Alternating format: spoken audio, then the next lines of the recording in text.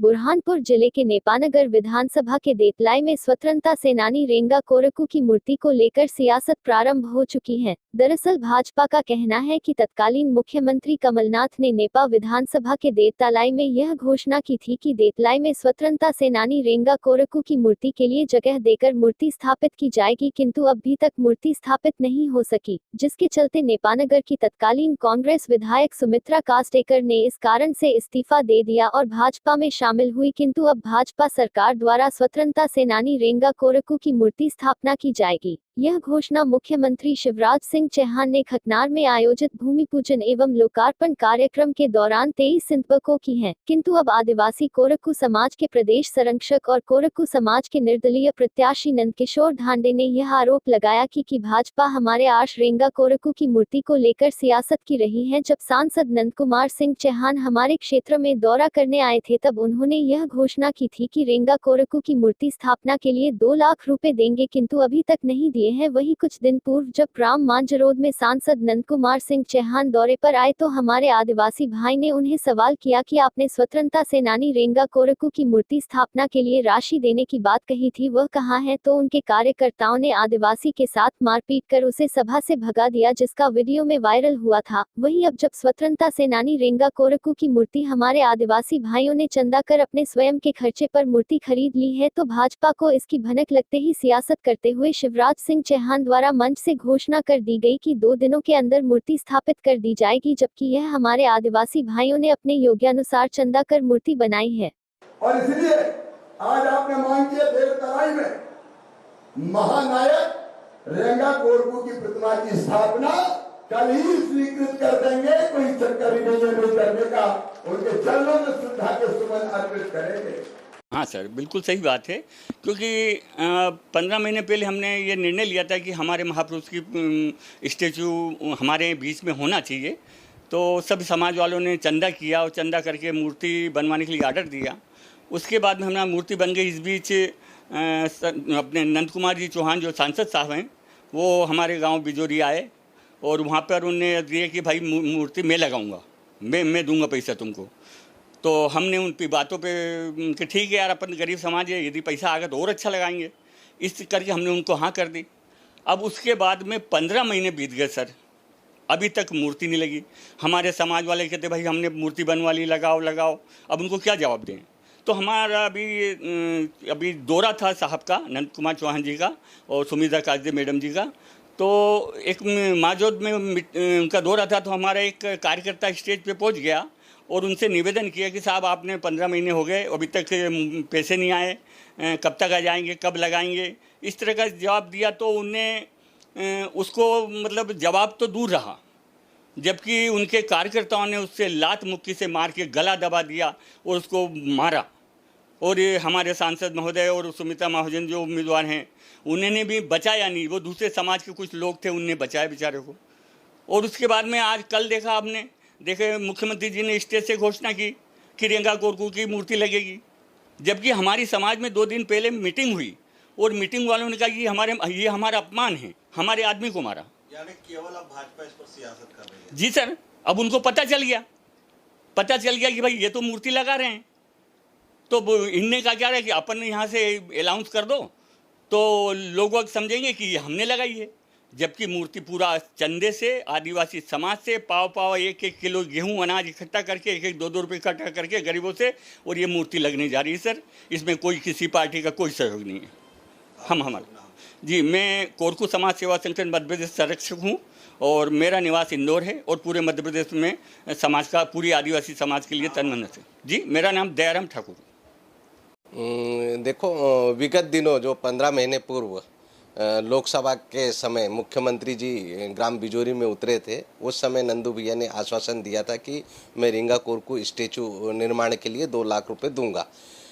2 लाख रुपए के लिए इन्हें लेटर भी चलाए, हमारे सरपंच महोदय ने लेटर भी वहाँ भिजवाए, लेकिन इनके जो कोष में पैसे नहीं होने के कारण वो पैसे नहीं आ पाए।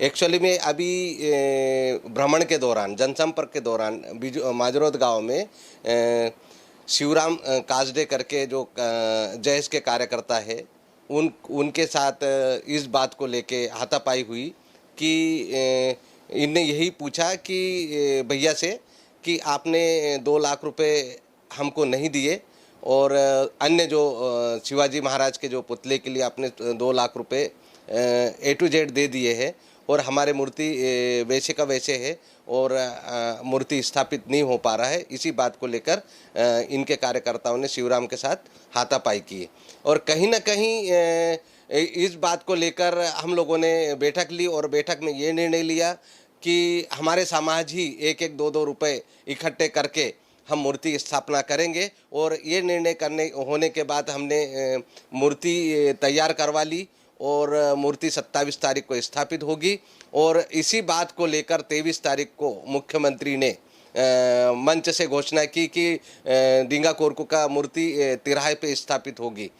पर तिराहे पे स्थापित कैसे होगी ये तो सुप्रीम कोर्ट का निर्णय है कि बीच तिराहे पे किसी भी प्रकार की मूर्ति स्थापित नहीं होगी।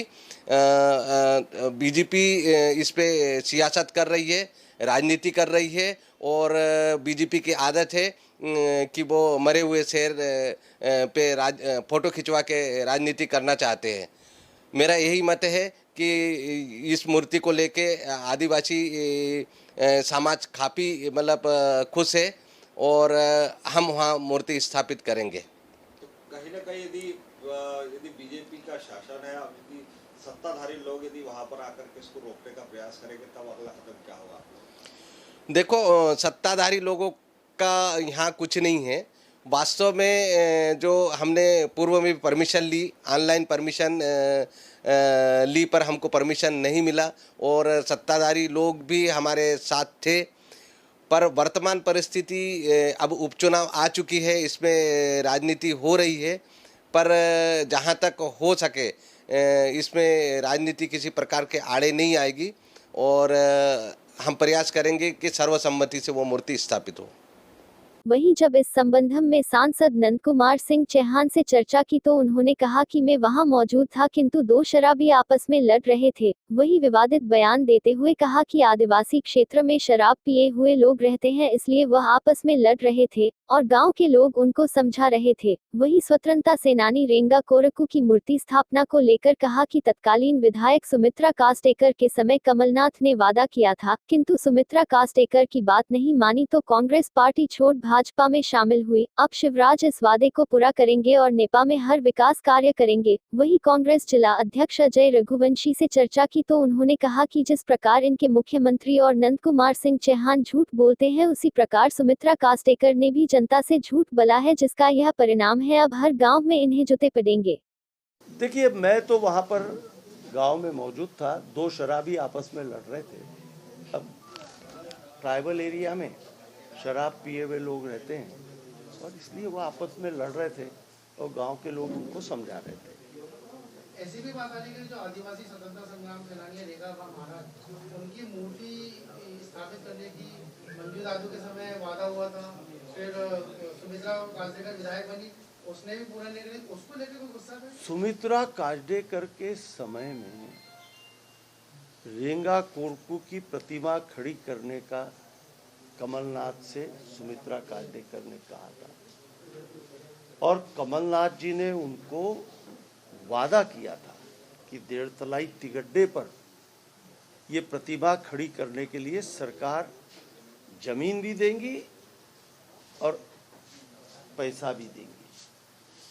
कास्डेकर जी की वो बात कमलनाथ ने नहीं मानी, इसलिए कास्डेकर जी ने कांग्रेस पार्टी छोड़ दी। 15 महीने में एक भी विकास की बात सुमित्रा कास्डेकर के कहने पे नेपा क्षेत्र में नहीं हुई, नॉट ए सिंगल, एक भी। बीजेपी उस मांग को पूरे करेंगे? निश्चित हर बात को पूरी करेंगे। जो कहा है उसको हमारे मुख्यमंत्री पूरा करेंगे। और वहाँ पर जो 2 लोगों में विवाद हुआ था, मैं मौजूद था और ऐसा तो आदिवासी गांव में मैं, चलो तुम शाम को मेरे साथ, तुम्हारे कैमरे सलामत आ जाए तो तुमने फिर वहाँ पे सिरनी चढ़ा देना जाके। हम तो यही कहेंगे, ये भारतीय जनता पार्टी, चाहे वो नंद कुमार सिंह हो, चाहे उनकी ताज़ा तरीन वॉशिंग मशीन से साफ की हुई ईमानदार सुमित्रा काजरेकर हो। इन्होंने जिस प्रकार से शिवराज सिंह घोषणा करते हैं, जिस प्रकार से नंद कुमार सिंह ने घोषणाएं की 25 सालों में बुरहानपुर जिले के लिए, और जिस प्रकार से 15 महीनों में सुमित्रा ने घोषणा की और झूठ जनता से बोला, झूठ बोलकर जो उन्होंने जनता से वादे किए, तो उसका परिणाम है ये तो सिर्फ एक अंगड़ाई है। जनता या गाँव में जाएंगे तो ये भारतीय जनता पार्टी वालों को जूतों से मारेंगी, क्योंकि इन्होंने जनता के मताधिकार का, जनता के मत का इन्होंने शोषण किया, खरीदने का काम किया, चोरने का काम किया। तो जनता इनको किसी कीमत पे नहीं छोड़ेगी। दावेदार को लेकर भाजपा दो